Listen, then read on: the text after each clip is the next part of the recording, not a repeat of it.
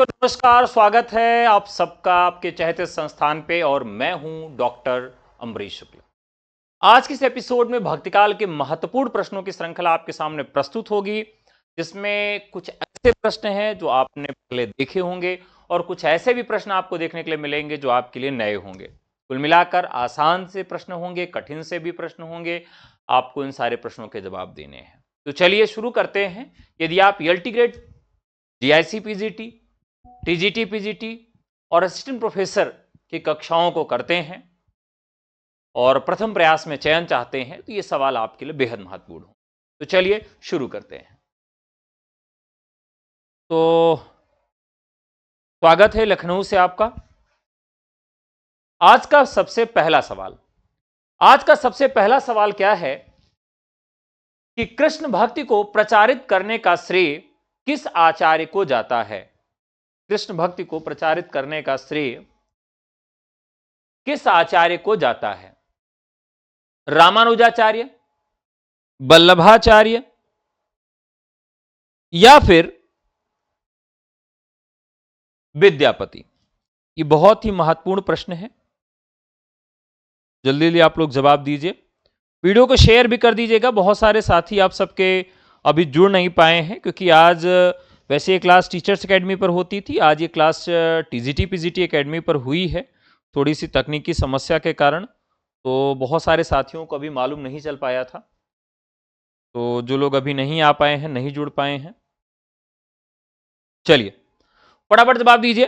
कृष्ण भक्ति को प्रचारित करने का श्रेय किस आचार्य को जाता है? किस आचार्य को जाता है, यह आज का सवाल है। देखिए, रामानुजाचार्य को अगर देखें तो हम इन्हें किस भक्तिधारा के अनुसरण में पाते हैं? तो राम भक्ति धारा के अनुसरण में इन्हें हम पाते हैं। हित हरिवंश की बात करें और विद्यापति की बात करें तो इन दोनों को हम कृष्ण भक्ति धारा में पाते हैं। ठीक है, अब सवाल यह है कि इस सवाल का सही जवाब क्या होगा? तो यहां सही जवाब होगा, एक नाम आप सबको मिल रहा है वल्लभाचार्य का। वल्लभाचार्य हैं कौन? तो वल्लभाचार्य हैं जिन्होंने कृष्ण भक्ति धारा को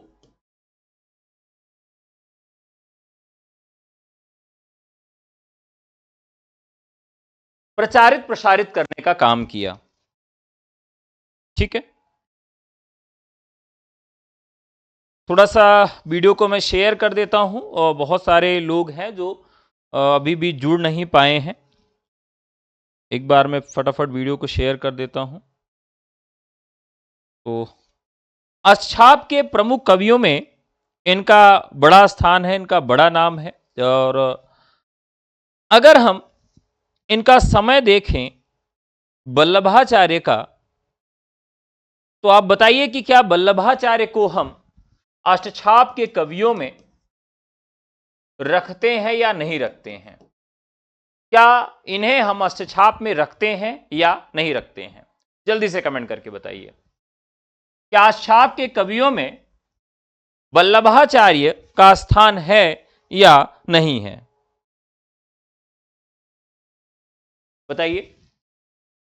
चलिए, बहुत सारे लोग आगे, प्रतिभा आ गई, अमृता आ गई हैं और उषा आ गई हैं, छाया आ गई हैं, शिव बाबू आ गए हैं। ठीक है, धीरे धीरे लोग आ रहे हैं। तो अष्टछाप में क्या इनको हम पाते हैं या नहीं पाते हैं, ये भी एक सवाल है। देखिए, इसमें हम कुंभन दास को पाते हैं। किसको पाते हैं? कुंभन दास को। कुंभन दास क्या हैं? उम्र में सबसे बड़े हैं। 1468 में इनका जन्म होता है। कई बार पूछा जाता है कि अष्टछाप के कवियों को क्रम में रखिए, तो सबसे बड़े जो आते हैं इसमें कुंभन दास आते हैं 1468। दूसरे स्थान पे आते हैं सूरदास। सूरदास इनसे 10 साल बड़े छोटे थे, यानी कि 1478 में सूरदास का जन्म होता है। और फिर इनसे थोड़े से बड़े थे कौन? छोटे थे परमानंद दास। परमानंद दास में 1493 का समय आता है। कितना आता है? 1493 का समय आ जाता है। और फिर आते हैं कृष्णदास। कृष्णदास का समय 1505 ईस्वी हो जाता है। कृष्णदास जिनका समय 1505 हो जाता है। अब इन्हें अगर हम देखें तो कुसूर परम कृष्ण का है कि वो नंद की छत पर गाय चराने गए। एक ट्रिक है जिसमें अष्टछाप के सभी कवि आ जाते हैं। तो कुसूर, कु से कुंभन दास, सु से सूरदास, पा से कुसूर, परम से परमानंद दास, कुसूर परम कृष्ण का है, कृष्ण से कृष्णदास।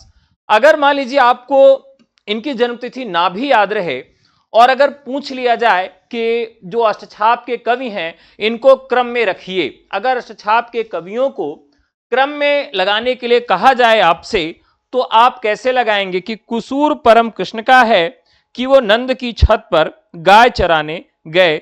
इस तरीके से हम इसे कर सकते हैं।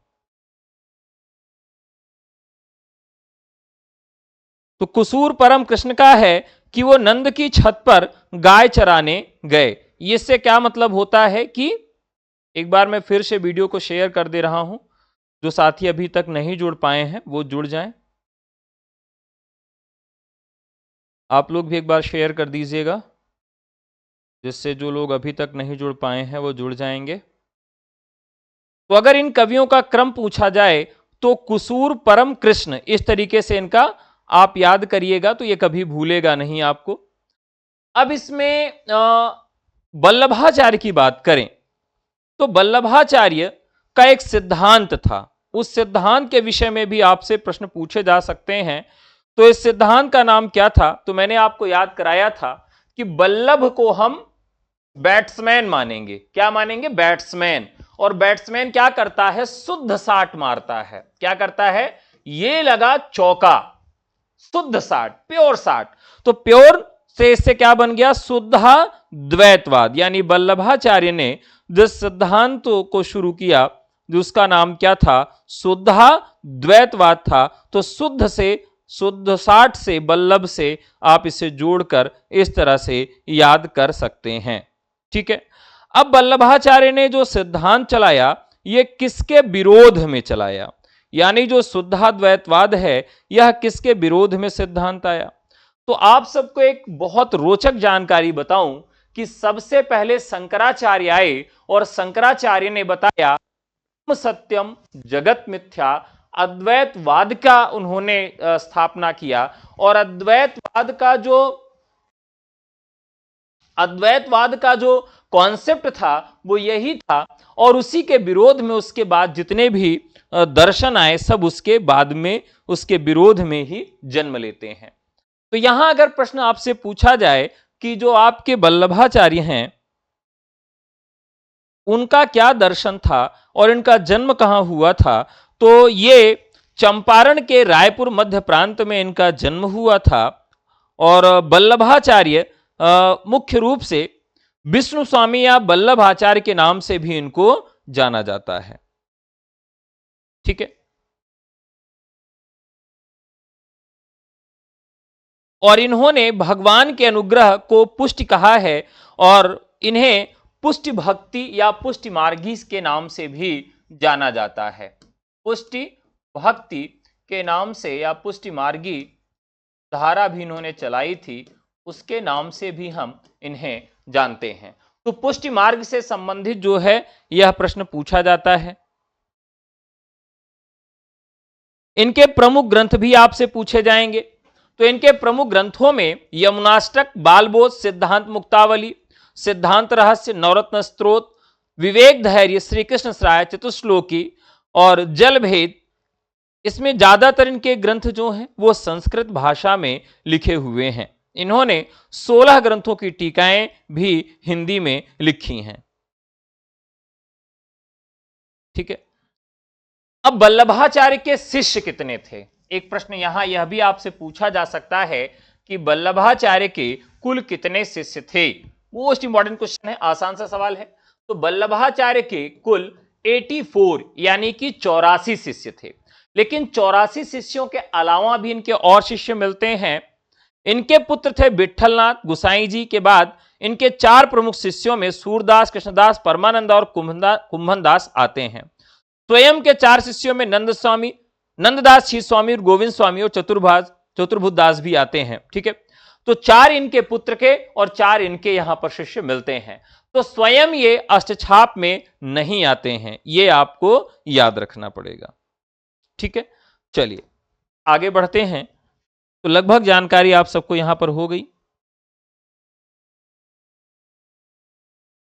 अगला सवाल, विट्ठलनाथ ने अष्टछाप की स्थापना कब की थी? अभी अभी हम लोगों ने देखा था कि कुसूर परम कृष्ण है कि वो नंद की छत पर गाय चराने गए। शुरू में जो कुसूर परम कृष्ण है उससे क्या तात्पर्य है? कुसूर परम कृष्ण का मतलब हो जाता शुरू के 4 कवि, ठीक है, जो वल्लभाचार्य के शिष्य थे। और कुसूर परम कृष्ण का है नंद की छत पर गाय चराने गए, तो ये बाद के जो 4 कवि हैं वो विट्ठलनाथ के हो जाते हैं। अब यहां देखिए विट्ठलनाथ ने किसकी स्थापना किया है? अष्टछाप की स्थापना किया। लेकिन प्रश्न यहां यह बनता है कि उन्होंने अष्टछाप की स्थापना किस सन में की थी, कब स्थापना की थी? तो उन्होंने 1565 ईस्वी में अष्टछाप की स्थापना की थी, जो मोस्ट इंपॉर्टेंट है, इसे आपको याद रखना है। ठीक है,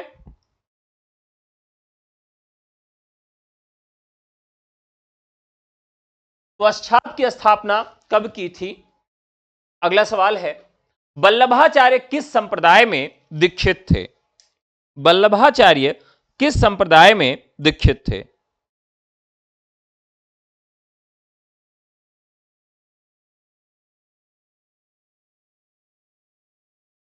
अब आप जानते हैं कि इन्होंने श्री ब्रह्म संप्रदाय, रुद्र संप्रदाय या किसी में नहीं, किसमें दीक्षित थे, यह आपसे प्रश्न पूछा जा रहा है। तो ये कमेंट तो आ ही नहीं रहा है, 3 का सी, ठीक है, ये स्वयं जो है वो रुद्र संप्रदाय में दीक्षित थे। रुद्र संप्रदाय में ये दीक्षित थे। देखिए बहुत महत्वपूर्ण सवाल है, ज्यादातर लोग कह रहे हैं श्री संप्रदाय। श्री संप्रदाय किसका था? रामानुजाचार्य का था। किसका था? रामानुजाचार्य का था, जिससे राम काव्य धारा की नींव पड़ती है। तो श्री संप्रदाय कैसे हो जाएगा भैया?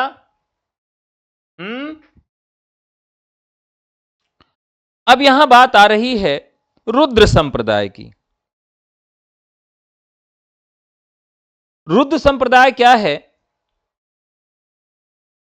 तो रुद्र संप्रदाय जो है यह 4 वैष्णव संप्रदायों में से एक है। कुल कितने वैष्णव संप्रदाय हुए? तो 4 वैष्णव संप्रदाय थे। उन 4 वैष्णव संप्रदायों में एक संप्रदाय आपका है जिसे हम रुद्र संप्रदाय के नाम से जानते हैं। ठीक है, विष्णु स्वामी के अनुयायी वल्लभ और यह पुष्टि मार्गी संप्रदाय जिसकी स्थापना वल्लभ ने की थी, ये इनका क्रम बन जाता है। ठीक है,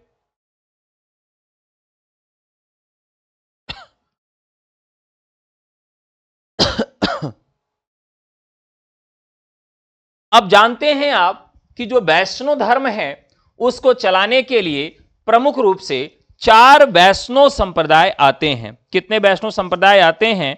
तो प्रमुख रूप से 4 वैष्णव संप्रदायों की स्थितियां होती हैं, उत्पन्न होती हैं। चलिए आगे बढ़ते हैं। अब यहां पर विष्णु स्वामी ने रुद्र संप्रदाय की स्थापना किया था और ऐसा माना जाता है कि इस संप्रदाय की उत्पत्ति हिंदू देवता शिव से हुई थी, जिन्हें रुद्र के रूप में भी जाना जाता है, जिन्होंने विष्णु या कृष्ण द्वारा दिए गए ज्ञान को मानव जाति तक पहुंचाया था। अब यहां पर एक कंट्राडिक्शन आपके सामने आता है, एक समस्या आती है कि अगर वल्लभाचार्य विष्णु यानी कि रुद्र संप्रदाय से थे तो रुद्र कौन है? यानी शिव है। तो यहां पर हम तो चर्चा कर रहे हैं कृष्ण की और बात चल रही है यहां पर शिव की। तो दरअसल यहां इससे ये तार इस तरह से जुड़ता है कि शिव भगवान ने ही विष्णु के अवतारों को लोगों तक पहुंचाया और लोगों को बताया, जिसकी वजह से ही हम रुद्र संप्रदाय से हम किसको जोड़ते हैं? वल्लभाचार्य को जोड़ते हैं। ठीक है। अब संप्रदाय का गठन कहां हुआ तो इस पे मतभेद है, लेकिन कुछ लोग बताते हैं कि इसकी उत्पत्ति उड़ीसा में हुई थी। ठीक है, चलिए आगे बढ़ते हैं अगले सवाल की तरफ। वल्लभाचार्य की कृति नहीं है, वल्लभाचार्य की कृति नहीं है। देखिए वल्लभाचार्य की बात करें तो इनका जन्म 1478-1530 के बीच में माना जाता है। 1478 से 1530 इनका जन्म चंपारण में होता है। चंपारण यानी कि जो वर्तमान में जिसे हम बिहार में देखते हैं, तो वहीं इनका जन्म हुआ था। इनकी पत्नी का नाम क्या था? कई बार पूछा गया है। तो इनकी पत्नी का नाम था मधु मंगल। पत्नी का नाम क्या था? पत्नी का नाम था साथियों मधु मंगल। इनके दो पुत्र हुए, गोपीनाथ और विट्ठलनाथ। ध्यान रखिएगा, इनके दो पुत्र हुए, एक का नाम था गोपीनाथ और दूसरे का नाम था विट्ठलनाथ। जैसे आज लोग सोचते हैं कि मान लीजिए मैं जिस व्यवसाय में हूं, अपने व्यवसाय में अपने पुत्र को भी सेट कर दूं, तो मुझे लगता है पहले भी यह व्यवस्था थी।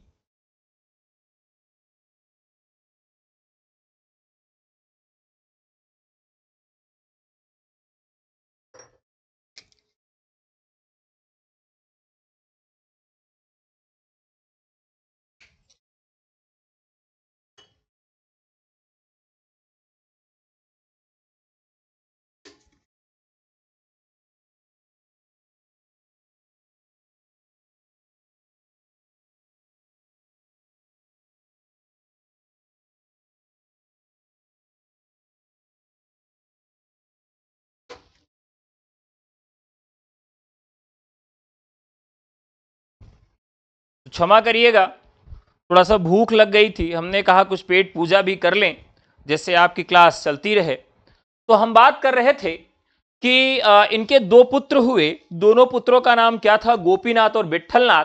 तो विट्ठलनाथ को तो इन्होंने सेट कर दिया। कहां सेट कर दिया? कि चलो भैया तुम्हारी तो नौकरी फिक्स है, अपना लिखाई पढ़ाई चालू कर दो, अपने ही व्यवसाय में आगे, यानी कि जो लेखन का कार्य था, पूजा पाठ वाला जो कार्य था, उसमें ही इनको लगा दिया। विट्ठलनाथ का बहुत बड़ा नाम हो गया। अब विट्ठलनाथ इन्होंने एक भक्ति चलाई। इनकी भक्ति किस प्रकार की थी, जो बहुत या महत्वपूर्ण है। तो इन्होंने पुष्टि मार्गीय भक्ति चलाई। पुष्टि मार्गीय भक्ति चलाई। अभी पुष्टि मार्ग का सवाल आगे आएगा, तो पुष्टि मार्ग क्या है मैं इस पर आपको और डिटेल दूंगा।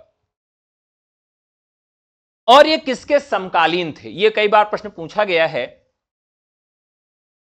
तो इब्राहिम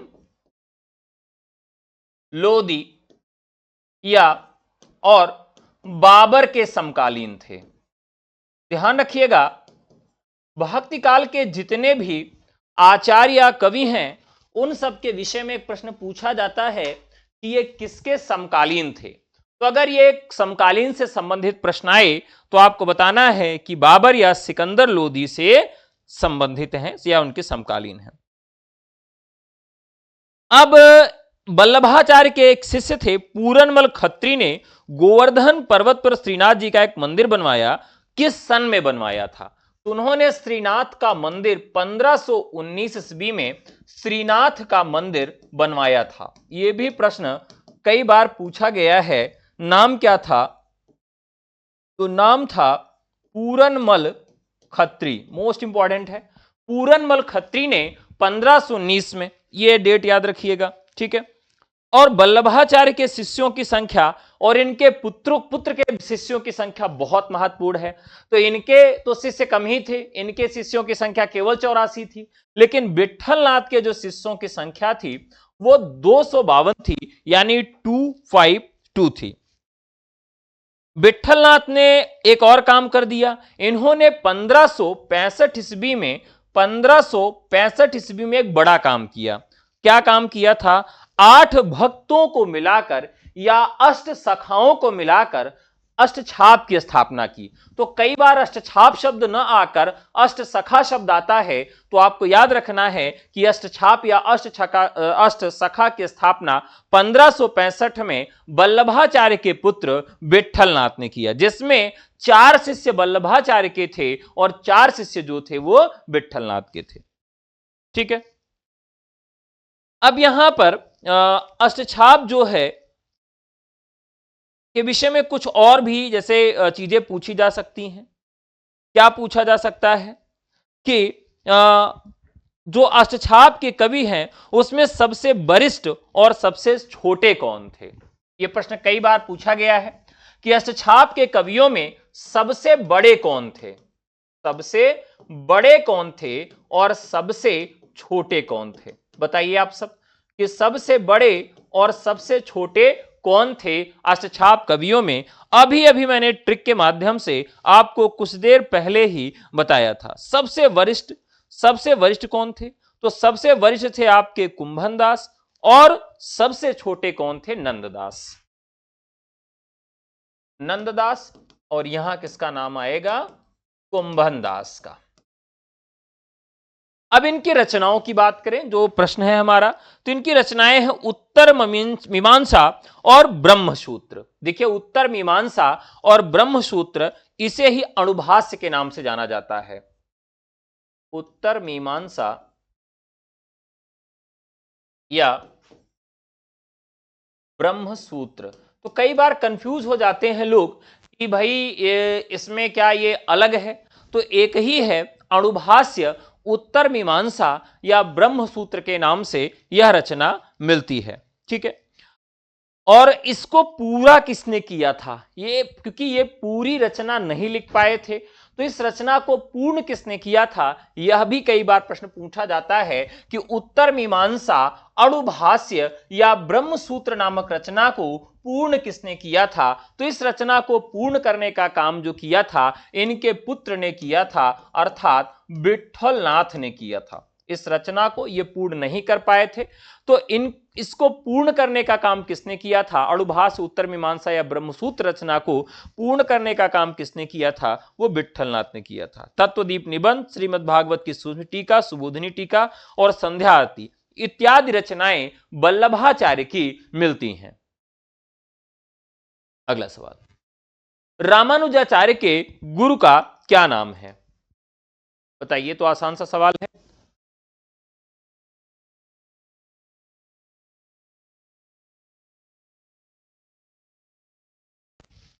रामानुजाचार्य के गुरु का क्या नाम है। रामानुजाचार्य, देखिए रामानुजाचार्य को हम जब भी पढ़ते हैं तो आप जानते हैं कि हम रामानुजाचार्य राम भक्ति काव्य से भी जुड़ते हैं और राम भक्ति काव्य धारा में इनका भी एक बड़ा नाम है। तो बताइए, रामानुजाचार्य, राघवानंद, कांचीपूर्ण, रंगनाथ मुनि या शंकराचार्य। सही आपको जवाब यहां पर देना है। तो एक बार यह भी कई बार प्रश्न पूछा गया है कि राम कथा जो है, इनके जो प्रमुख आचार्य हैं इनका क्रम क्या है, यानी राम काव्य जो लिखा गया, इस राम काव्य के जो लेखक हैं इनका क्रम किस प्रकार से मिलता है। तो चलिए, कई बार इस तरह का प्रश्न पूछा गया है, आज मैं आपको इसका क्रम बताता हूं। ठीक है, चलिए, तो सबसे पहले हम किसको रखेंगे, कांचीपूर्ण को रखेंगे। उसके बाद रामानुजाचार्य को रखेंगे, फिर राघवानंद को रखेंगे, फिर अब कई बार इन्हीं 4 लोगों को रख के ही क्रम पूछ लिया जाता है, फिर अनंतानंद, फिर कृष्णदास पैहरी, अग्रदास फिर नाभादास, फिर प्रियदास।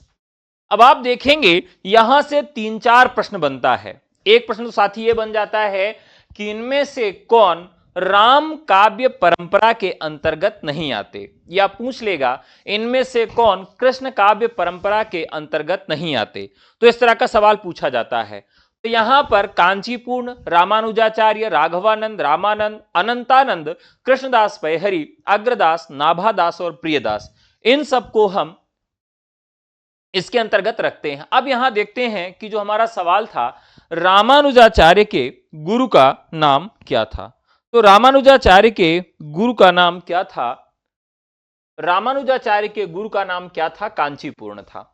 यानी गुरु का जो क्रम है वो नीचे से ऊपर की तरफ है। प्रियदास के गुरु नाभादास, नाभादास के गुरु अग्रदास, अग्रदास के गुरु कृष्णदास पैहरी, फिर कृष्णदास पैहरी के गुरु अनंतानंद, अनंतानंद के गुरु रामानंद, रामानंद के गुरु राघवानंद, राघवानंद के गुरु रामानुजाचार्य और रामानुजाचार्य के गुरु कांचीपूर्ण है।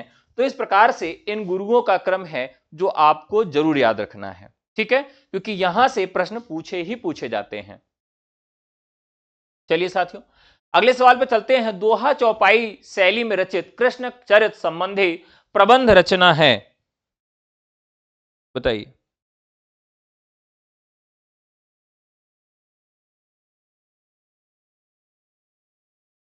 अब देखिए यहां पर ज्यादातर रचनाएं आपको ऐसी मिलेंगी जो प्रबंध काव्य में लिखी ही नहीं गई हैं।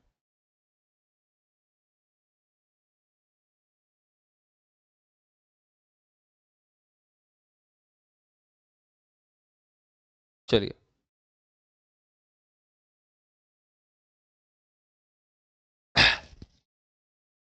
सूर सागर कुछ लोग कह रहे हैं, सही है?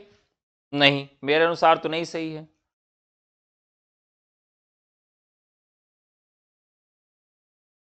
और प्रयास करिए। देखिए, सूरदास की जितनी रचनाएं हैं, सूर सागर, सूर सारावली और साहित्य लहरी, सूर सागर को आलोचकों के एक वर्ग ने कहा कि यह प्रबंध काव्य है, लेकिन यह प्रबंध काव्य वास्तविक रूप में नहीं है, यह मुक्तक काव्य के अंतर्गत आता है। सूर सागर के बाद सूर सारावली पे चलिए, वो भी नहीं है, साहित्य लहरी भी नहीं है। तो सूरदास ने जो रचनाएं लिखी हैं वो मुक्तक शैली में लिखी है, मुक्तक रचनाएं हैं। अब यहां पर साहित्य लहरी तो है ही नहीं है, रस मंजरी भी नहीं है, एक रचना बनती है ब्रज विलास। तो ब्रजवासी दास की रचना है, ब्रजवासी दास की रचना है, जिसमें ब्रज के जो वासी हैं, ब्रज के जो वासी हैं यानी कि मथुरा वृंदावन के जो रहने वाले लोग हैं, उनके संबंध में उनकी जानकारी को यहां पर दर्शाया गया है। ब्रज विलास के रचनाकार कौन है? ये तो आसान सा सवाल हो गया, पिछले प्रश्न का ही जवाब हो गया। तो ब्रजवासी दास राइट आंसर। ये आज का थोड़ा सा कठिन सा सवाल है। अभी तक हम लोगों ने क्या किया था, आसान आसान से सवाल किए थे, ये थोड़ा सा कठिन सा सवाल आ गया।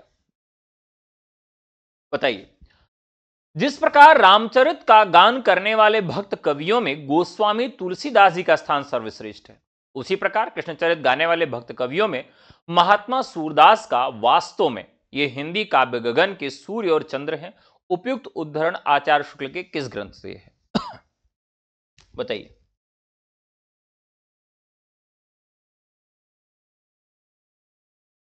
देखिए, आजकल की स्थिति है कि प्रश्न को कठिन कैसे बनाना है।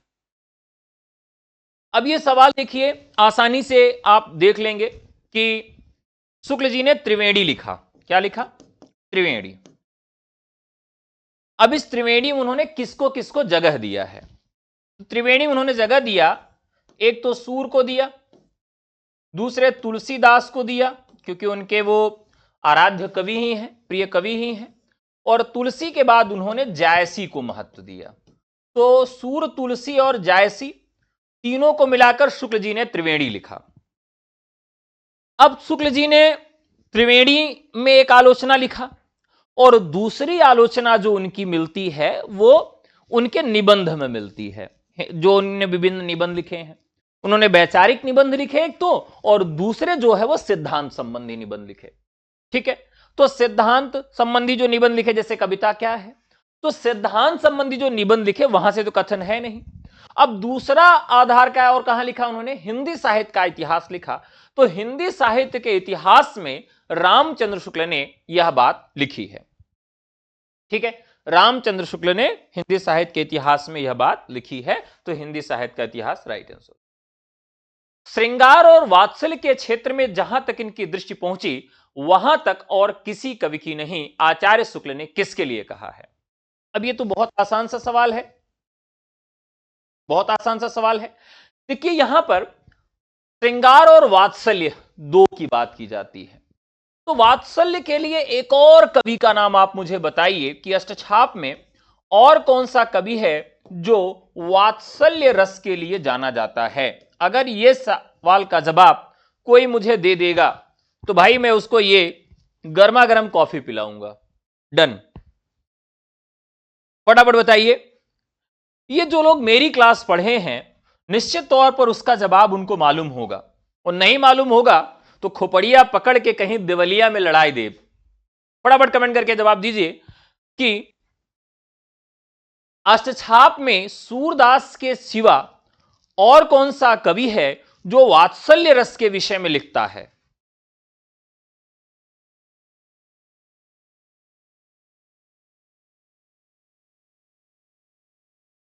खान वात्सल्य रस लिखते हैं लेकिन अष्टछाप में नहीं आते हैं।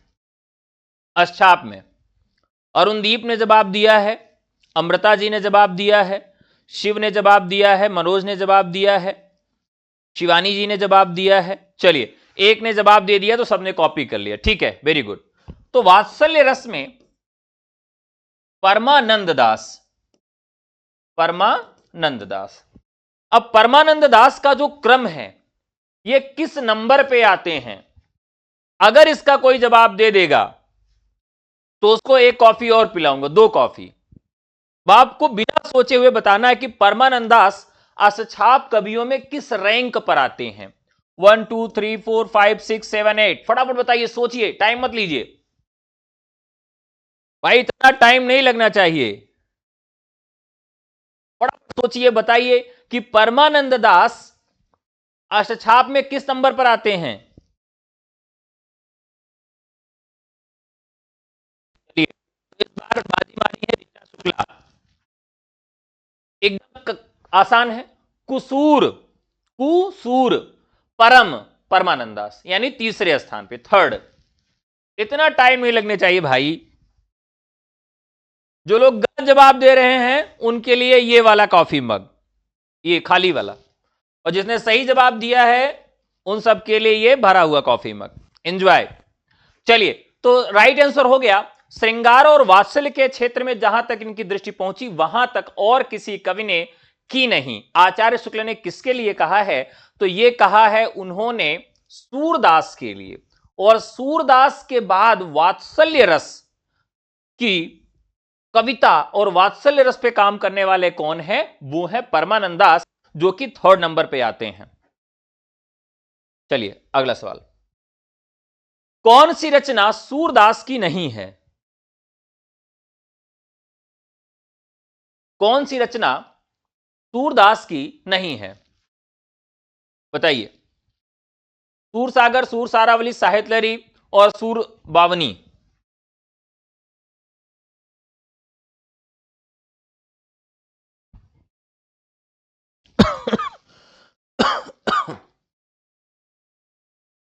अब साथियों,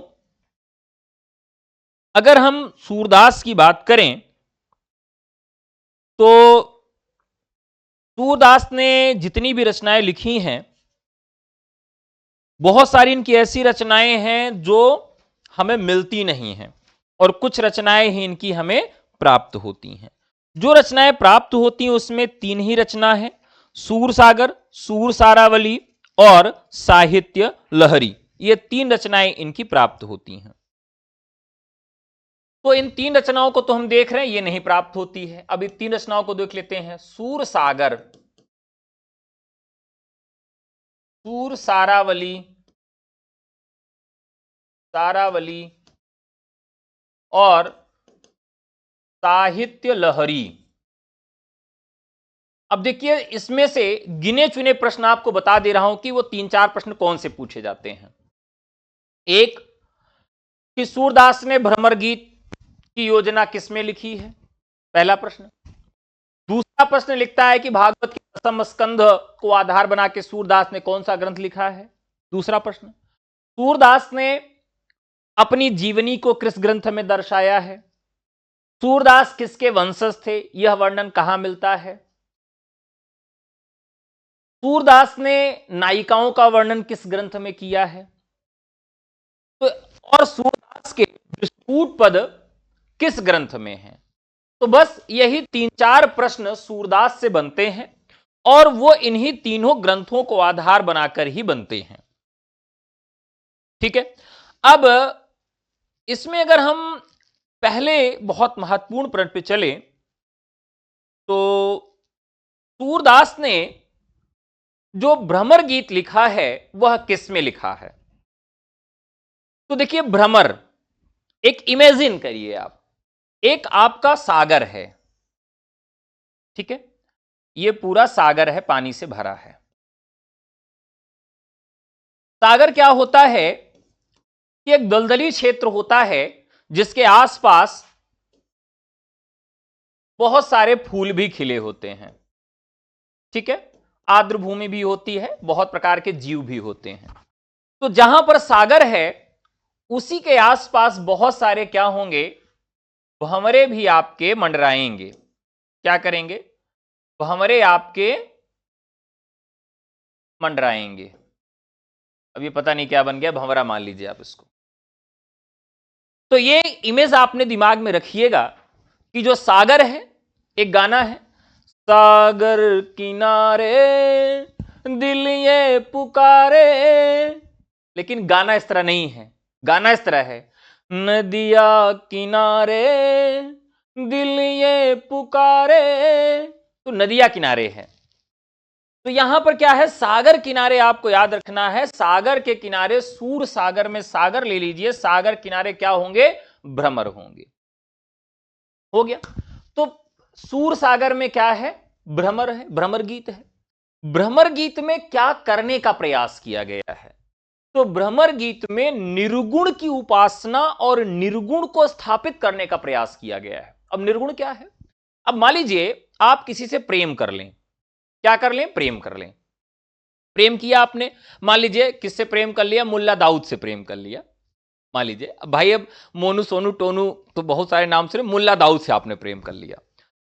अब मुल्ला दाऊद आपको छोड़ के चले गए और फिर कोई आए तो कहे अरे मुल्ला दाऊद ईश्वर हैं, उनका नाम भज लीजिए, मुल्ला दाऊद ये हैं, मुल्ला दाऊद वो हैं, उनका नाम लीजिए, वो आपके समक्ष आपके महसूस होंगे।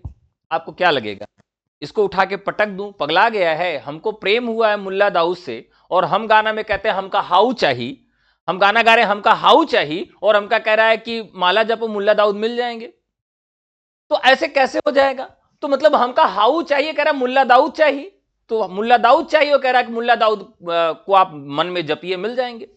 तो कृष्ण के साथ भी यही हुआ। कृष्ण जब छोड़ के गोपियों को चले जाते हैं तो वो उद्धव को बेचते हैं और उद्धव आकर क्या करते हैं, आके बताते हैं कि भैया ऐसा है कि अब कृष्ण आएंगे नहीं, अब आएंगे नहीं, कृष्ण का नाम जपिए, वही आपको उद्धार की ओर ले जाएगा।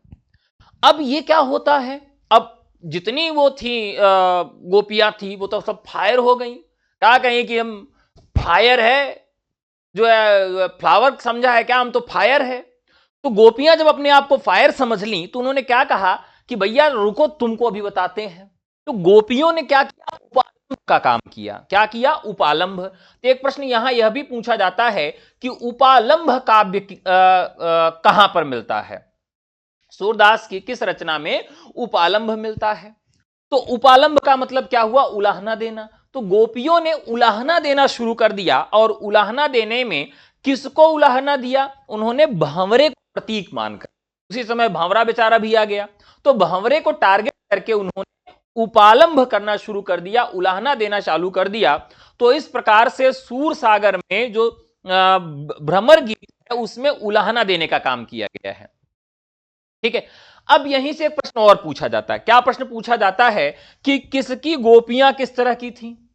ठीक है, अब देखिए हर एक आदमी का इमेजिनेशन अलग अलग तरीके का होता है कि नहीं होता? अब मान लीजिए एक गाना है, कौन सा, पगली सी अनजानी सी, और क्या था, पगली सी अनजानी सी, काली सी दीवानी सी, जाने वो कैसी होगी रे। अब ये कवि गाना बना रहा है ना कि जाने वो कैसी होगी रे, तो स्वाभाविक है कि अब जब कवि इमेजिनेशन करेंगे तो उनके इमेजिनेशन में थोड़ा सा तो गड़बड़ हो ही जाएगा। सबने कहते हैं मेरे सपनों का परा कैसा होगा, परा कोई शब्द नहीं, परी कैसे होगी, मेरे सपनों की परी कैसे होगी, मेरे सपनों का राजा कैसे होगा। तो जितने भी कवियों ने भ्रमर गीत की योजना लिखी उन्होंने अपने तरीके से गोपियों को बनाया। ठीक है, उन्होंने क्या किया कि अपने तरीके से योजना बनाई कि उनकी गोपियां कैसी होंगी। तो ऐसे ही पूछा जाता है कि किसकी गोपियां किस तरह की थी। अब बात करते हैं सूरदास की गोपियां। तो सूरदास की जो गोपियां हैं वो क्या हैं, बहुत ज्यादा रोवन्नी हैं। क्या हैं, बहुत ज्यादा भावुक हैं। बात बात पे क्या करती, मुंह फोड़ के रो देती हैं। अब आप जब भावुक बहुत ज्यादा हो जाएंगे तो क्या होगा, जो भावुक बहुत ज्यादा हो जाएंगे तो मुंह से आवाज नहीं निकलेगी, बुलुर बुलुर रोते रहोगे ना। तो यहां से जब आंसू गिरते रहेंगे तो आप तर्कशील कम होंगे। तो यहां पर जो मतलब उनकी जो गोपियां हैं सूर की, वो रो बहुत रही थी। मतलब इतना ज्यादा रो रही थी उद्धव को देख के कि मुंह से आवाज ही नहीं निकल पा रही थी, तर्कशील कम थी। तो आप अगर आज की भाषा में कहें तो इनकी गोपियां भावुक अधिक थी, लड़ाकू कम थी। ठीक है, मतलब इस तरह से फायर वाली नहीं थी। पुष्पा फिल्म उन्होंने नहीं देखा था, तो फायर कम थी, यानी हर बात पे रो देती थी, और तर्कशीलता उनके अंदर बेहद कम थी। अब इसके बाद जो है जब नंददास आते हैं तो नंददास को देखिए तो उस क्रम में बहुत अंत में आ रहे हैं। कुसूर परम कृष्ण कहा है कि वो नंद की छत पर गाय चलाने गए, तो नंददास बहुत बाद में आ रहे हैं। तो यहां तक पहुंचते पहुंचते भ्रमर गीत में इतना परिवर्तन आया कि नंददास की जो गोपियां हैं वो तर्कशील हो गई, यानी कि खूब लड़ंकीन हो गई। हर बात पे उन्होंने क्या करना शुरू कर दिया, तर्क करना शुरू कर दिया, और उच्च कोट का दार्शनिक भाव उनके यहां देखने के लिए मिलता है, और इसमें दार्शनिकता का भी पुट मिलता है। ठीक है, अब सत्यनारायण कविरत्न आते हैं। उन्होंने सत्यनारायण कविरत्न ने क्या लिखा, भ्रमर दूत लिखा। सत्यनारायण कविरत्न ने क्या लिखा, भ्रमर दूत लिखा। अब इनकी गोपियां किस प्रकार की थी, इनकी गोपियां क्या हैं, तो लड़ंकी मतलब तर्कशील के बाद क्या होती हैं, उनके अंदर देशभक्ति भी जाग जाती है। तो पहले तो एकदम भावुक थी, नंददास तक पहुंची तो थोड़ा सा बोलने लगी, लड़ंकी हो गई यानी तर्कशील हो गई, और फिर जब भ्रमर दूत तक पहुंचती हैं, सत्यनारायण कोविरत्न तक पहुंचती हैं, तो वहां पहुंचने के बाद क्या हो जाती हैं, देशभक्त हो जाती हैं। अब सत्यनारायण कविरत्न के बाद जब और नीचे आती हैं तो हरिऔध तक पहुंचती हैं, और हरिऔध की जो गोपियां हैं वो क्या हो जाती हैं भैया, वो देश हित और विश्व बंधुत्व के लिए काम करने लगती हैं कि ठीक है कृष्ण छोड़ के चले गए तो क्या हो गया, हम अब सब क्या करेंगे, हम अब चलेंगे बढ़िया से देश सेवा करेंगे, यानी कि लोगों की सेवा करना उनका कर्म हो गया। तो यहां पर कौन सी रचना सूरदास की नहीं है, तो सूर बावनी नहीं है। अब यहां एक प्रश्न और आता है कि उन्होंने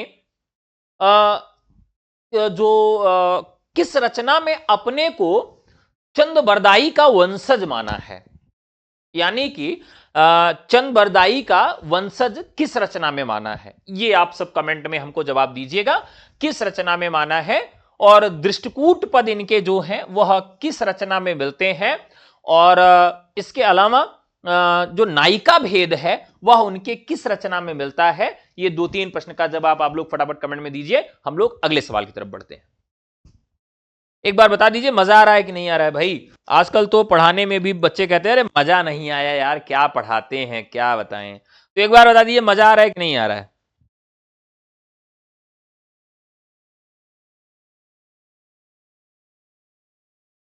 चलिए आगे बढ़ते हैं। कृष्ण भक्त काव्य में प्रायः प्रयुक्त होने वाली भाषा कौन सी है? तो कृष्ण भक्ति काव्य में प्रायः जो प्रयुक्त होने वाली भाषा है वो कौन सी है? ब्रज है, अवधी है, फारसी है, धुंधेली, ये तो आप सब जानते होंगे भाषा है। ठीक है। साहित्य लहरी में 118 दृष्टकूट पद हैं। ठीक है, ओके। अगला सवाल, वल्लभाचार्य के किस शिष्य को विठलनाथ ने पुष्टि मार्ग का जहाज कहा? यह तो सवाल आसान सा है।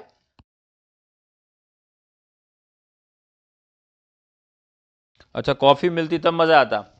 अरे भाई, अभी जिसने सही जवाब दिया था उसको मैंने भरा हुआ कप नहीं दिखाया था। चलिए, वाह भाई वाह, आपकी क्लास शक्कर की रोटी है। आपने तो आलोचनात्मक कथन ही कह दिया। बहुत बढ़िया। तो वल्लभाचार्य के किस शिष्य को विठलनाथ ने पुष्टि मार्ग का जहाज कहा? ये तो सभी लोग जानते होंगे, आसान सा सवाल है।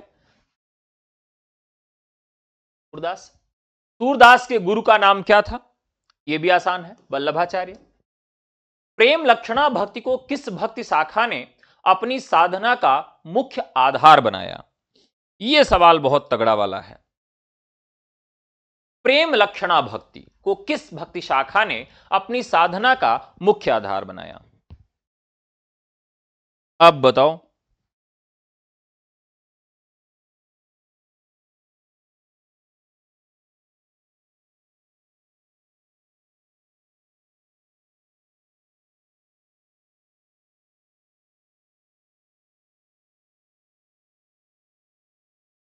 चलिए, अब बताते हैं।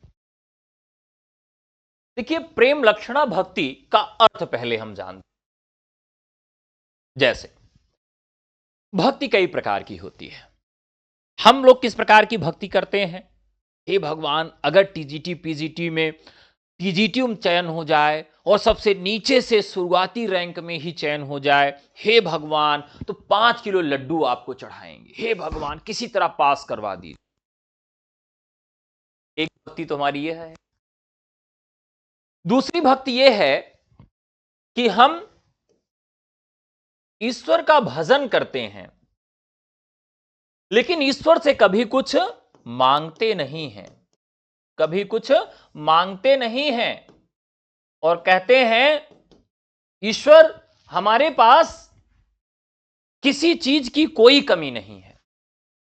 हमारे पास किसी चीज की कोई कमी नहीं है, क्योंकि आपने जो भी दिया उसके काबिल भी मैं नहीं था, और मुझे जिस चीज की आवश्यकता होगी मुझसे अधिक आप जानते हो, आप मुझे दोगे। मुझे कुछ मांगने की आवश्यकता आपसे नहीं है। तो दरअसल प्रेम लक्षणा भक्ति जो है, इसमें सच्ची श्रद्धा और समर्पण का भाव होता है, और इस भक्ति में कोई शर्त नहीं होती। क्या होता है? भक्ति में कोई शर्त नहीं होती। एक गाना था ना, प्यार शर्तों पे तूने किया, जबकि प्यार में कोई शर्त होती नहीं ना। गाना था ना, तो प्यार शर्तों पे तूने किया। तो प्यार यानी प्रेम और भक्ति, ये दोनों शर्त पे नहीं होती है। इसीलिए इसके लिए क्या कहा गया? प्रेम लक्षणा भक्ति कहा गया। और ये प्रेम लक्षणा भक्ति जो है, यह कृष्ण भक्ति शाखा वालों ने अपनाया। एकदम से कृष्णमय हो गए, हरे राम हरे कृष्णा करते करते ना। आचार्य रामचंद्र शुक्ल के अनुसार नवीन प्रसंगोद्भावना करने वाली प्रतिभा सर्वाधिक किस कवि में है? नवीन प्रसंगोद्भावना करने वाली प्रतिभा। देखिए, नवीन प्रसंगों की बात की जाए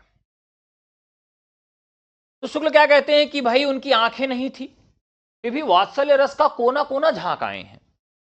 इतनी बड़ी उद्भावना। तो नवीन प्रसंगों की उद्भावना की जब बात आती है, तो यहां पर सूरदास आपके राइट आंसर होते। सूर सागर का सर्वाधिक मर्म स्पर्शी अंश है सूर सागर का। बताइए। भ्रमर गीत का अंश, रासलीला, माखन चोरी या मथुरा गमन, वो सबसे महत्वपूर्ण क्या है?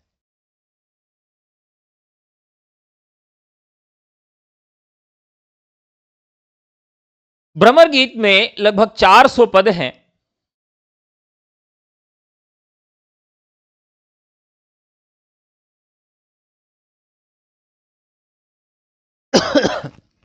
कुछ पदों को देखते हैं तो जैसे परमानंदास, नंददास, हरिराय ने भी लिखा है, नंददास ने भी भ्रमर गीत से संबंधित लिखा है। तो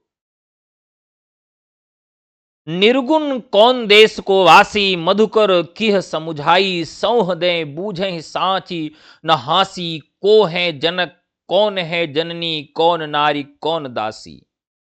निर्गुण कौन देश को वासी, निर्गुण कौन देश को वासी, मधुकर किह समुझाई, सौह दई बूझती साची न हासी। को है जनक कौन है जननी, कौन नारी कौन दासी, निर्गुण कौन देश को वासी। पोथी पढ़ जगमुआ पंडित भया न कोय, ढाई आखर प्रेम का पढ़े सुपंडित होए।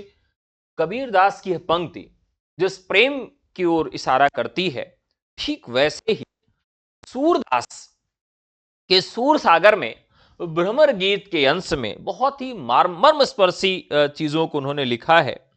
और रहुरे मधुकर मधुमतवारे, कौन काज या निर्गुण सो, चिरजीव हुकान हमारे, लोटत पीत पराग कीच में बीच नयंग संहारे, बारंबार सरक मदिरा की अपरस रटत उघारे, निर्गुण कौन देश को वासी। मतलब इतना द्वंद्व है, सगुण और निर्गुण का द्वंद्व। अगर आपसे पूछा जाए कि सगुण और निर्गुण का द्वंद्व कहां पर देखने के लिए मिलता है, तो सगुण और निर्गुण का जो द्वंद्व है वो देखने के लिए मिलता है भ्रमर गीत में। और इसे भ्रमर गीत में सबसे ये मर्मस्पर्शी अंश माना जाता है, ये बहुत महत्वपूर्ण है। ठीक है, अगले सवाल की तरफ। काल क्रमानुसार कवियों का सही क्रम बताइए। अभी अभी मैंने आपको ये ट्रिक बताया था, उस ट्रिक से आप याद कर सकते हैं।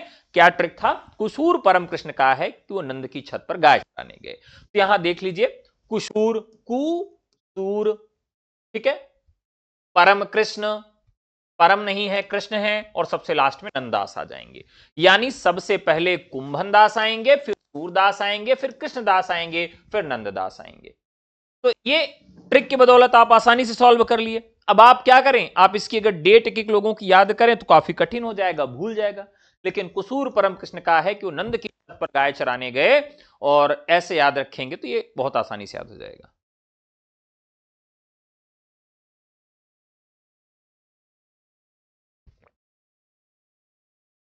अगला सवाल, अनेकार्थ मंजरी के रचनाकार कौन है? अनेकार्थ मंजरी के रचनाकार कौन है? नंददास। कौन है? नंददास है।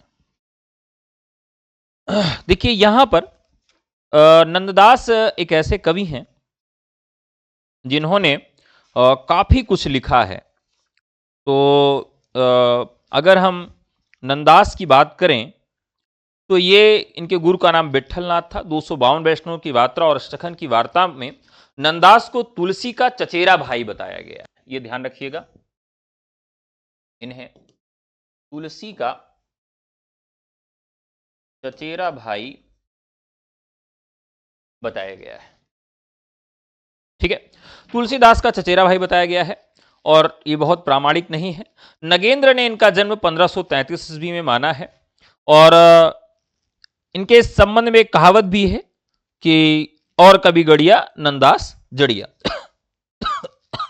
अनेकार्थ मंजरी, मान मंजरी, रस मंजरी, रूप मंजरी, विरह मंजरी, प्रेम बारह खड़ी, श्याम सगाई, सुदामा त्रित, रुक्मणी मंगल, भंवर गीत, ये इनकी महत्वपूर्ण रचनाएं हैं।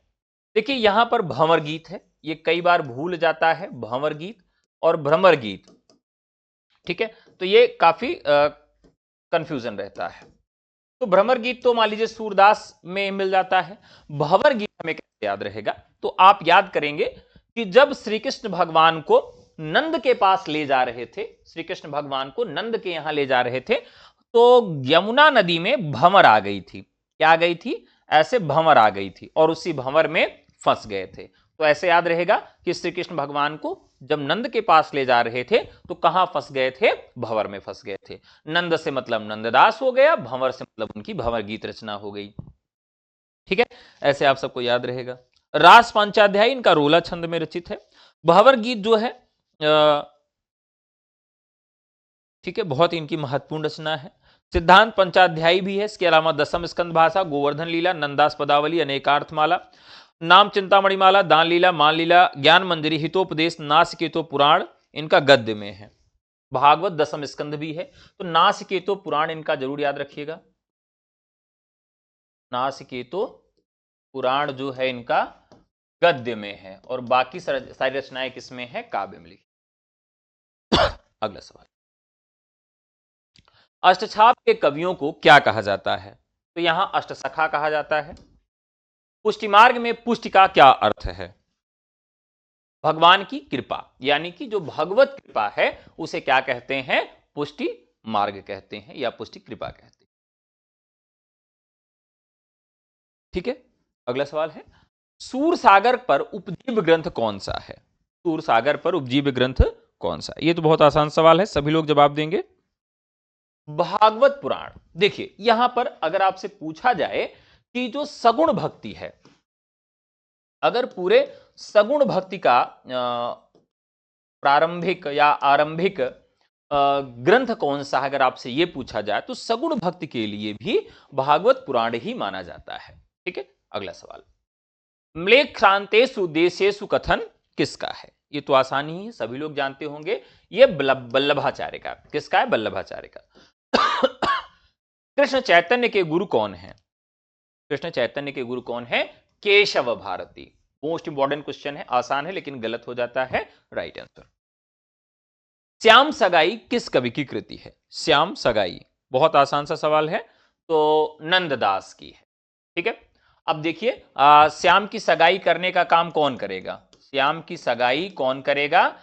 जिसके यहां ये पले बढ़े। किसके यहां पले बढ़े? तो नंद के यहां पले बढ़े। तो ऐसे याद रहेगा, श्याम की सगाई कौन कराएगा? नंददास कराएंगे। अगला सवाल है, बल्लभ दिग्विजय रचना किसकी है? बल्लभ दिग्विजय यदुनाथ की रचना है। मोस्ट इंपॉर्टेंट है, बल्लभ दिग्विजय। ठीक है, यदुनाथ। वह इस असार संसार को न देखने के वास्ते आंखें बंद किए थे। वह इस असार संसार को न देखने के वास्ते अपनी आंखें बंद की थी। सूरदास के विषय में यह कथन किसका है? देखिए यहां पर रामचंद्र शुक्ल तो कहते भैया वो अपनी बंद आंखों से भी सब कुछ देख लेते थे। ब्रजेश्वर वर्मा है नहीं, हजार प्रसाद द्विवेदी।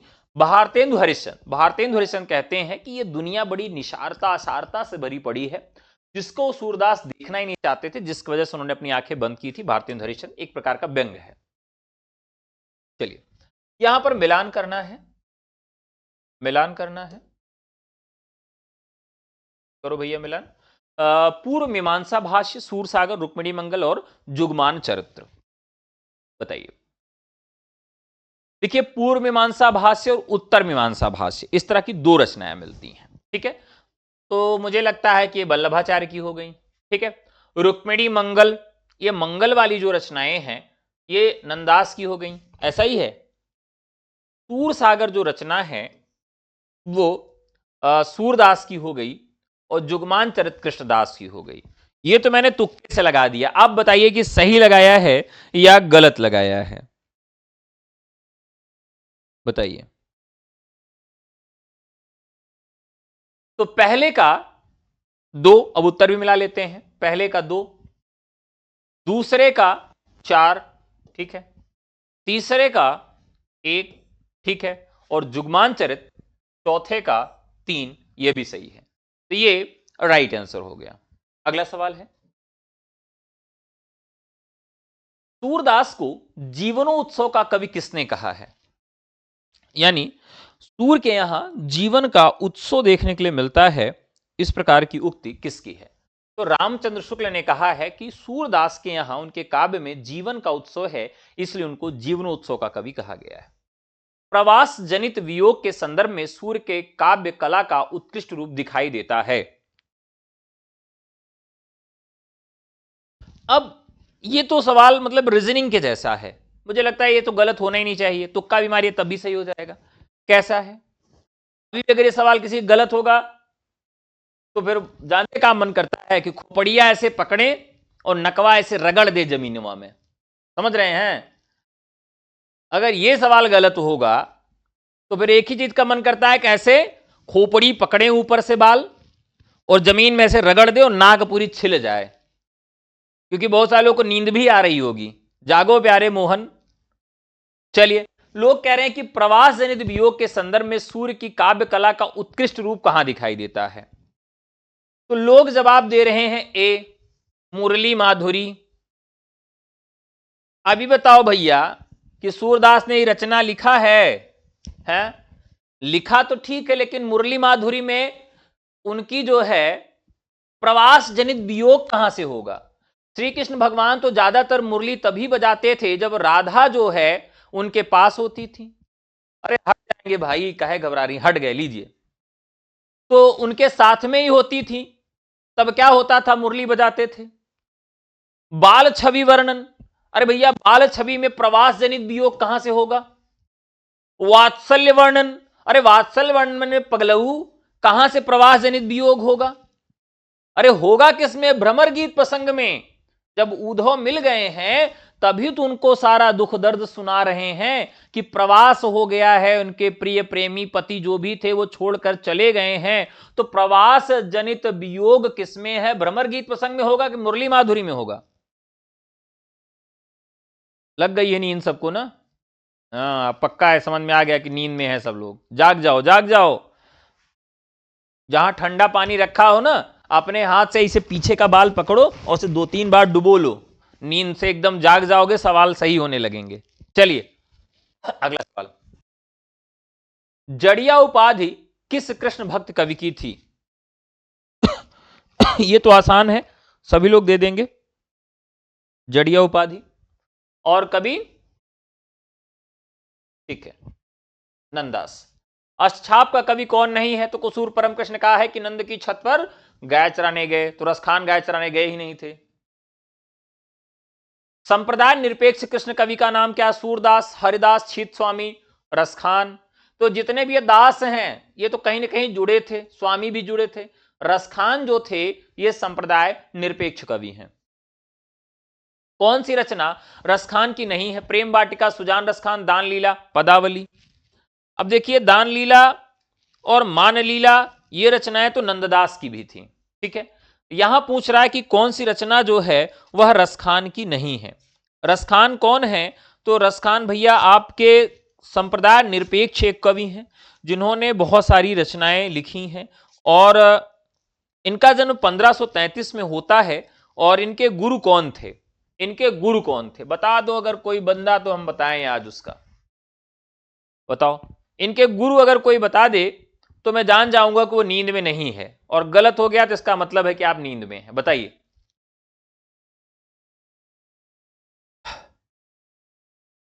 देखिए, आज की क्लास में देखने में ये लग रहा है कि जैसे लोग चाचा जान हैं। अच्छा, मतलब आज की क्लास में देखने में ये लग रहा है कि जैसे लोग दुल्हन देखने जाते हैं तो जो सबसे ज्यादा पंचौरा करने वाली औरतें होती हैं वो ज्यादा देर तक रुकी रहती। मान लीजिए दुल्हन है, ठीक है, तो दुल्हन है तो इसका मुंह देखने के लिए लोग आई, तो भैया, ए भैया हम जाब, हमार भैंस दूध नहीं देने वाली है, ए भैया हमारे यहां बहुत सारा काम है। तो लोग आई, फटाफट 10 रुपए 20 रुपए दी और मुंह देखी निकल गई, मुंह देखी निकल गई, मुंह देखी निकल गई। और जो कुछ पंचौरा करने वाली थी वो बैठ गई कि कुछ देर बाद गहना पूछेंगे, कितना गहना मिला, कुछ देर बाद पूछेंगे कि बेड कौन सा मिला है, अलमारी किस ब्रांड की है, फ्रिज किस ब्रांड की है। तो ये धीरे धीरे पूछेंगे किस ब्रांड की है और मजा लेंगे। और जो और थे देख के चली गई। तो हमारी क्लास में भी यही स्थिति आज हुई है कि कुछ लोग आ रहे हैं ऐसे मुंह दुखाई कर रहे हैं, अरे हटाओ यार, मुंह दिखाई के निकल जा रहे हैं। तो भैया चयन जो होगा दिखाई करके जाने से नहीं होगा, दुल्हन के पास बैठना पड़ेगा और इंतजार करना पड़ेगा, तब जाके कुछ होगा। ठीक है, तो पढ़िए, मुंह दिखाई करके भागिए मत। तो यहां कौन सी रचना रसखान की नहीं है? ठीक है, तो रसखान की रचनाएं जो हैं वो हैं प्रेम वाटिका, सुजान रसखान है, दान लीला है, पदावली उनकी रचना नहीं है। अब रसखान पहले ऐसे कवि हैं जो रसखान पहले ऐसे कवि हैं जो कवित्व और सवैया में रचना किए हैं, कृष्ण काव्य लिखे हैं। पहले ऐसे कवि हैं जिन्होंने कृष्ण और सवैया में रचना की है। थोड़ा दुल्हन सुंदर बना दे भाई, ये ठीक है। तो ये कुंडल नहीं पहनी, हमने कहा कुंडल पहना दे। तो यहां पर राइट आंसर हो जाएगा तो पदावली। अब रसखान की बात करें तो सुजान रसखान, दान लीला, अष्टायाम, प्रेम वाटिका, ये इनकी महत्वपूर्ण रचनाएं हैं। अष्टायाम भी इन्होंने लिखा है। तो अष्टायाम में क्या किया है कि दरअसल एक दिन में 8 प्रहर होते हैं और 24 घंटे होते हैं। एक प्रहर 3 घंटे का होता है। तो श्री कृष्ण भगवान के जन्म लेने से जागने से लेकर और सोने तक जो जो काम होता है वो सारे काम जो है उसको क्रमबद्ध तरीके से यहां दर्शाया गया है अष्टायाम नामक रचना में। प्रेम वाटिका है, इसमें क्या है कि राधा और कृष्ण को प्रेमोद्यान का माली और मालिन मानकर रचना लिखी गई। बहुत महत्वपूर्ण है प्रेम वाटिका, इसमें माली और मालिन बताई गई है। रसखान के गुरु विट्ठलनाथ हैं। ठीक है, बहुत बढ़िया, धन्यवाद। ठीक है, चलिए, तो अब यहां पर इनके लिए भारतेंदु ने लिखा था, इस मुसलमान हरिजन पे कोटिन हिंदुअन वारी, ये बहुत महत्वपूर्ण था। रसखान का वास्तविक नाम क्या था? तो सैयद इब्राहिम था। महत्वपूर्ण सवाल है। सुदामा चरित खंडकाव्य के रचयिता कौन है? देखिए, सुदामा पर रचना वही लिखेगा जो नरों में उत्तम होगा, क्योंकि सुदामा स्वयं नरों में बहुत उत्तम थे। अच्छा, जैसा बनाएंगे वैसे ही मिलेंगी। तो भैया हमसे तो अच्छा नहीं बनता है, मतलब यही किस्मत में, क्या किया जाए भाई। चाहे जैसी हो देवी जी आए जल्दी से। अब क्या कहा जाए, जैसी भी होंगी अच्छी होंगी।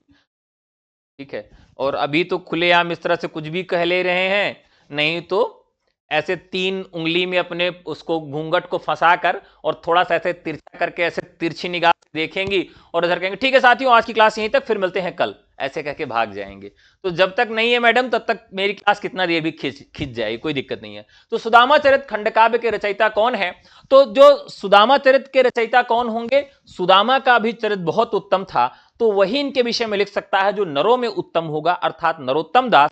तो राइट आंसर हो जाएगा सुदामा चरित के रचयिता कौन है? नरोत्तम दास हैं।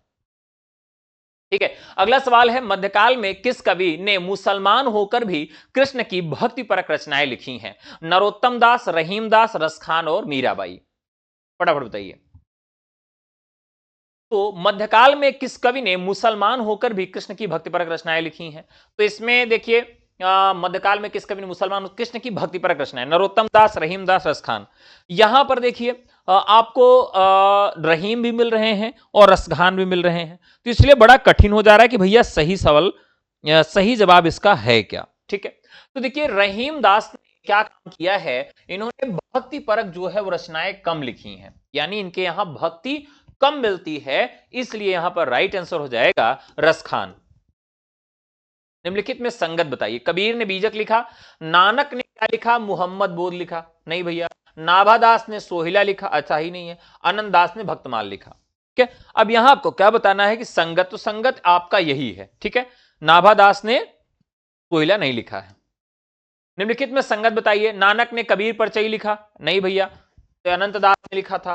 राघवानंद ने सिद्धांत पंचमात्रा, नहीं लिखा। दादू ने अंगबधु, रजब ने हरडे बाड़ी। देखिए हरडे बाड़ी कौन लिखेगा? दादू ने लिखा है। तो अंगबधु किसने लिखा है? तो यहां आपको सही जवाब देना है। अच्छा प्रश्न है।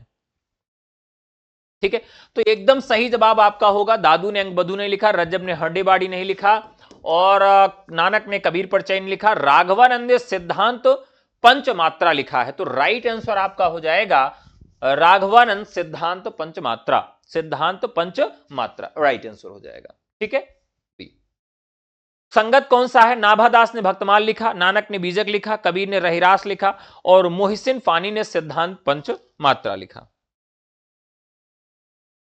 ठीक है, तो नाभादास ने भक्तमाल लिखा है, बाकी ये सारे गलत कथन हैं। अगला सवाल है, राधा बल्लभ संप्रदाय में सर्वोपरि स्थान किसका है? तो ये तो सवाल सभी लोग जवाब दे देंगे। आप सब जानते हैं कि राधा बल्लभ जिसमें हित हरिवंश जी ने चलाया, वहां पर राधा को प्रमुखता दी जाती है। ठीक है, तो यहां पर राइट आंसर होगा राधा का। क्या होगा? राधा का। देखिए, सुंदरता का बहुत खास मतलब नहीं होता है। ठीक है, आपकी जीवन संगिनी या आपका जीवन साथी बहुत ही सुलझा हुआ, मन से बहुत सुंदर होना चाहिए, क्योंकि वही आपको बुढ़ापे तक काम में आएगा। बाकी तो कुछ काम में आना नहीं है। तो ये तो एक फिलॉसफी है। तो राधा वल्लभ संप्रदाय में सर्वोपरि स्थान किसका है? वो राधा का है। राइट आंसर हो गया। बड़ो अभाग अनन्य सभा को उठ गयो ठाठ सिंगार, यह पंक्ति किसके लिए समर्पित की गई है? फटाफट बताइए। हरिराम व्यास, सुंदरदास की हित हरिवंश को और सूरदास को। तो ये तो पुष्टिमार का जहाज कहा गया था, तो मृत्यु पर उनके ये होगा नहीं। हरिराम व्यास ने हित हरिवंश को उनकी मृत्यु पर कहा गया था। बड़ो अभाग अनन्य सभा को उठ गयो ठाठ सिंगार। तो राइट आंसर हो जाएगा, ये आपका हो जाएगा सी। किस संप्रदाय में राधा का कृष्ण से विग्रह नहीं होता, वरन वाम पार्श्व में स्वर्ण पत्र पर श्री राधा शब्द अंकित रहता है? वाह, क्या सवाल है, मजा आ गया। बताइए, किस संप्रदाय में राधा का कृष्ण से विग्रह नहीं होता? मतलब वो अलग ही नहीं होती हैं, हमेशा साथ में रहती। क्यों? वरन वाम पार्श्व में स्वर्ण पत्र पर श्री राधा शब्द अंकित रहता है। तो यह सही सवाल और सही जवाब आपको मिल गया, राधा वल्लभ संप्रदाय। इसमें अलग ही नहीं होती हैं। ठीक है, अगला सवाल है, नायिका भेद से संबंधित सूरदास की कृति कौन सी है?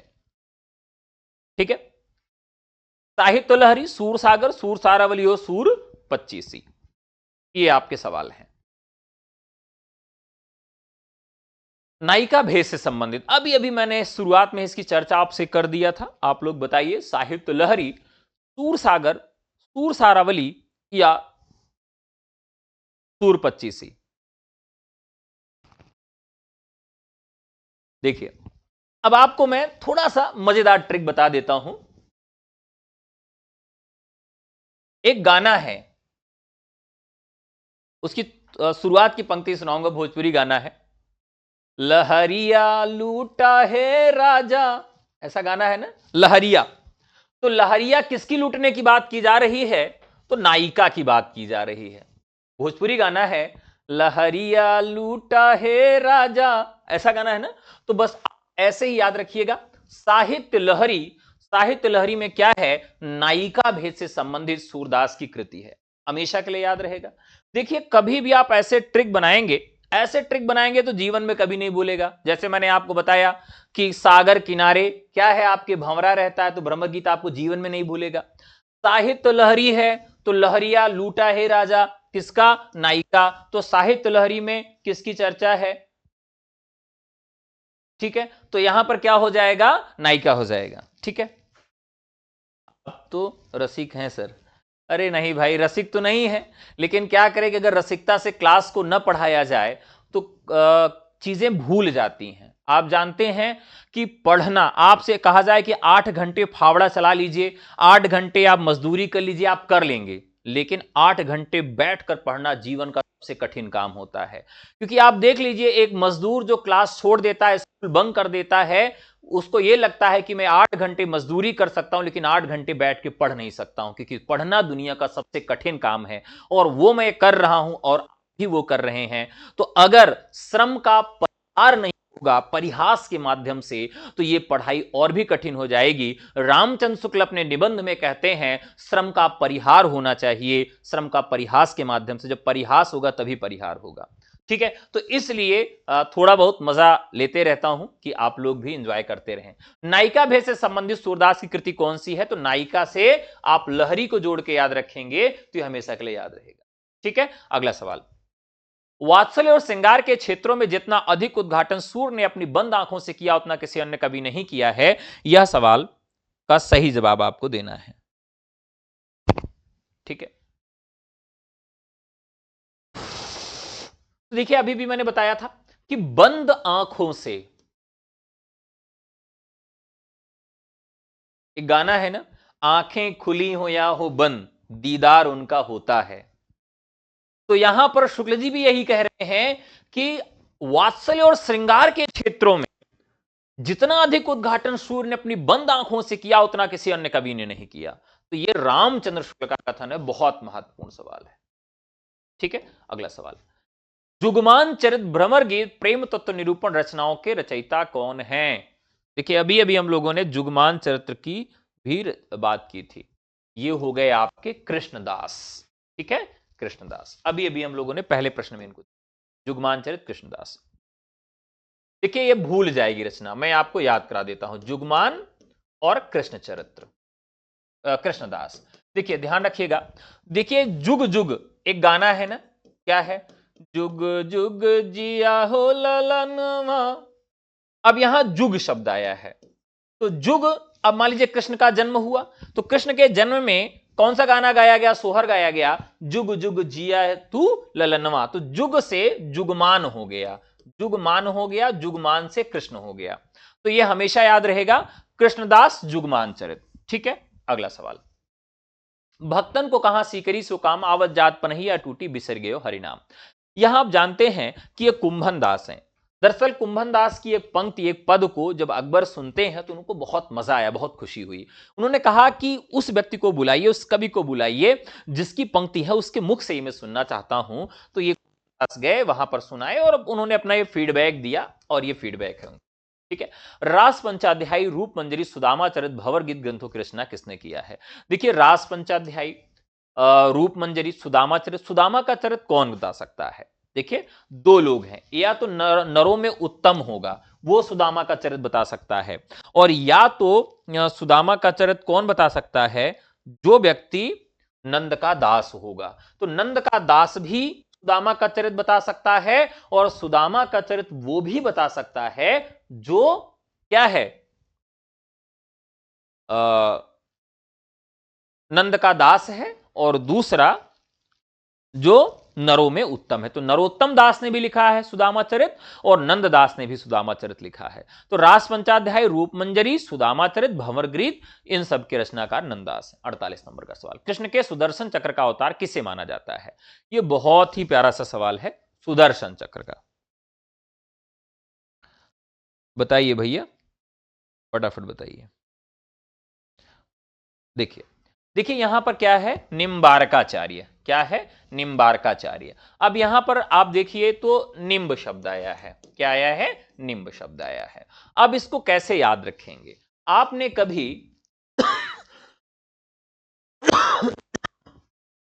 अब यहां पर निम्ब, निम्ब का मतलब होता है नीम, मान लीजिए नीम का पेड़ है, तो नीम का पेड़ है, तो आपको कभी ना कभी ऐसा हुआ होगा कि नीम के पेड़ से आपको दातून तोड़नी पड़ी होगी। तो जब आपने दातून तोड़ने का प्रयास किया तो आपने क्या किया, डंडा मारा, पत्थर मारा। तो यहां पर जो बड़े और श्रेष्ठ लोग हैं वो दातून तोड़ने के लिए क्या करते होंगे, अपना चक्र छोड़ देते होंगे, शक शक शक शक शक शक शक, और वो चक्र गया और दातून काट के चलाया। तो बस ऐसे ही आपको याद रखना है कि निम्बारकाचार्य किसके अवतार थे, तो ये चक्र, सुदर्शन चक्र के अवतार थे। जब भी हम किसी चीज को इमेजिनरी फॉर्म में याद करते हैं तो हमारा दिमाग जो है इमेजिनरी फॉर्म को अधिक देर तक याद रख पाता है, अधिक देर तक स्टोर कर पाता है, और इसके लिए बहुत सहज होता है। तो आप जो भी चीज याद करें, जो भी ट्रिक बनाएं, वो इमेजिनेशन फॉर्म में बनाएं, इस तरह से बनाएं तो जीवन में नहीं भूलेगी, हमेशा याद रहेगा। तो बस ऐसे याद रखना है कि दातून का मतलब हो गया निम्बारकाचार्य, नीम, निम्बारकाचार्य यानी नीम, और नीम की दातून कैसे तोड़ रहे हैं, वो चक्र से तोड़ रहे हैं, यानी सुदर्शन चक्र, ऐसे याद हो जाएगा। वेदांत पारिजात सौरभ रचना किसकी है? सॉरी, 49 नंबर का क्वेश्चन है, वेदांत पारिजात सौरभ, यह भी रचना किसकी है, निम्बारकाचार्य की। ठीक है, अगला सवाल, कृष्णदास अधिकारी किस जाति के थे? कृष्णदास पहरी होना चाहिए यहां पर।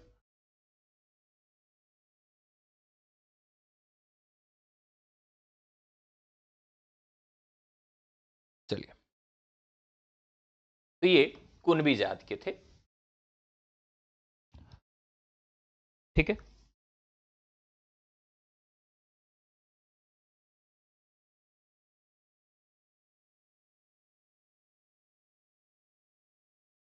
तो चलिए आज हम लोगों ने ये 50 प्रश्न सॉल्व किया और निश्चित तौर पर आपको बहुत मजा आया होगा, नए प्रश्न मिले होंगे। कल आप सबसे पुनः मुलाकात होगी ठीक 10 बजे। ठीक है, या तो आपकी क्लास टीचर्स एकेडमी पर चलेगी या तो टीजीटी पीजीटी एकेडमी पर चलेगी। तो टीजीटी पीजीटी एकेडमी जहां पर आप क्लास देख रहे हो उसको भी सब्सक्राइब रखिए, टीचर्स एकेडमी को भी सब्सक्राइब रखिए। असिस्टेंट प्रोफेसर का रिवीजन बैच और टीजीटी पीजीटी एलटी ग्रेड 2025 का नया बैच जो अपकमिंग वैकेंसीज के लिए होगा, और जो फुल कोर्स लेना चाहते हैं 120 डेज का, वो भी यहां पर प्रवेश ले सकते हैं। आप व्हाट्सएप करके हमसे जुड़ सकते हैं, हमारे नए बैचेस ले सकते हैं। 9628 95 92 37 ये हमारा व्हाट्सएप नंबर है। आज की कक्षा आपको कैसी लगी जरूर कमेंट करके बताइएगा। कमेंट आपके जरूर होने चाहिए, कुछ प्रश्न आपसे पूछे उसका भी जवाब आप दीजिएगा। लाइक तो आप करते ही हैं और प्यार भी आप देते ही रहते हैं हमको। आज के लिए बहुत बहुत धन्यवाद। नमस्कार, जय हिंद।